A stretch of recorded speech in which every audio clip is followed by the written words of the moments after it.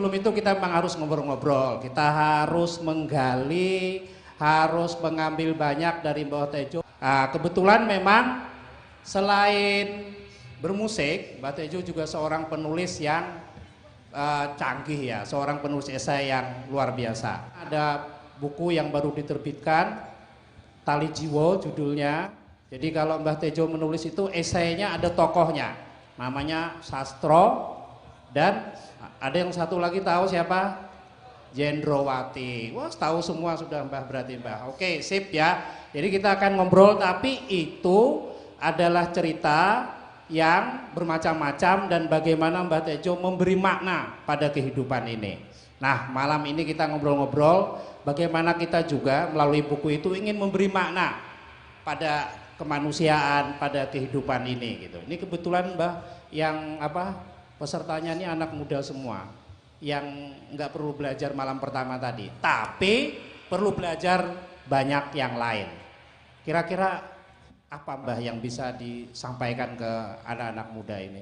Ini anak muda, tapi kalau corona mereka kayaknya nggak bingung Mbah, tapi yang lain bingung sebenarnya. Kelihatannya, saya nggak tahu juga ya. Silahkan Mbah. Ya, mungkin nanti lebih banyak ditanya jawab ya. Nanti nggak tahu tanya jawabnya gimana, masih dia pada mic wireless yang beredar, apa mereka ke depan? Aku nggak tahu. Tolong diatur. Kita akan diskusi soal. Aku berpikir-pikir bahwa manusia itu satu-satunya makhluk hidup yang untuk mandiri itu perlu waktu lama relatif terhadap umurnya. Umurnya 60-an. Ojo 60-an, aku wis 60-an ya. Aku wis 57, nanti 3 tahun lagi mati. Walaupun cita-citaku mati di 63 kayak Rasul. Jadi 57. 57. Ono sing ngamine, Mbak. Wasu tenan loh.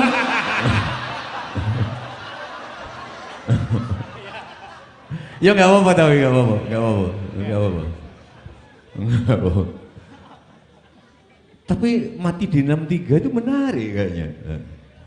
Ya, saiki 57. 57 iki mendur ya. Iki mengisor 27. Ini.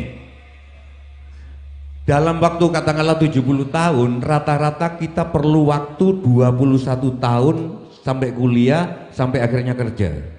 Itu minimal. Minimal. Sedangkan kambing dalam waktu 3 tahun, umurnya berapa sih kambing itu? 3 tahunan, itu 1 tahun udah mandiri kambing. Sopo sing wedhus apa? Sing wedhus apa? Katakanlah 3 tahun, dalam waktu 1 minggu itu sudah mandiri. Mari kita renungkan bersama. Makanya saya termasuk orang yang walaupun aku sendiri salah sebagai orang tua, nek iso pas kuliah kamu juga nyambut gawe. Karena begitu lulus kuliah baru nyambut gawe, baru belajar ngadepin uang. Di kampus nggak diajarkan ngadepin orang. Kuwi Mas, jadi poin ini. Nek kowe kerja ngadepin bos, ngadepin rekan kerja, ngadepin sirik-sirikannya, ngadepin mood-moodnya bos, itu nggak ada diajarkan di. Makanya saya termasuk yang setuju sama siapa anak muridku jenenge? Anak muridku Sabrang. Ya.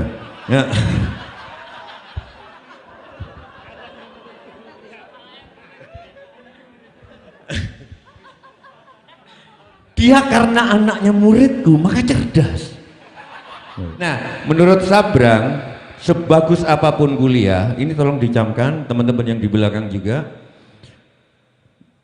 sebagus-bagusnya kuliah hanya mengajari kita penghidupan, tidak mengajari kehidupan. Ya wong dalam wong jenenge anake muridku, coba cucu murid kan, gitu loh.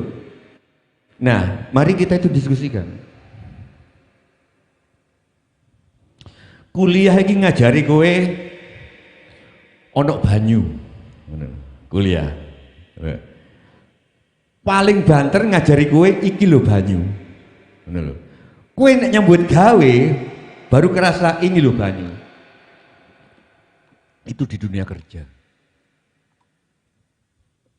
Nah, kapan kita nunggu sampai 21 tahun? Karena kalau kita akan bersaing dengan orang luar negeri, padahal orang luar negeri, orang Eropa dan lain sebagainya, 17 tahun sudah dimandirikan, kuliah sifatnya pinjem ke orang tua, yang nanti akan dibalikin.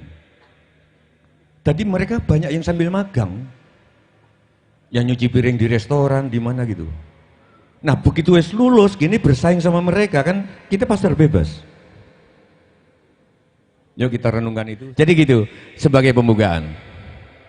Oke, kalau cukup, aku mau nyanyi lagi, nanti kita diskusi berdasarkan itu.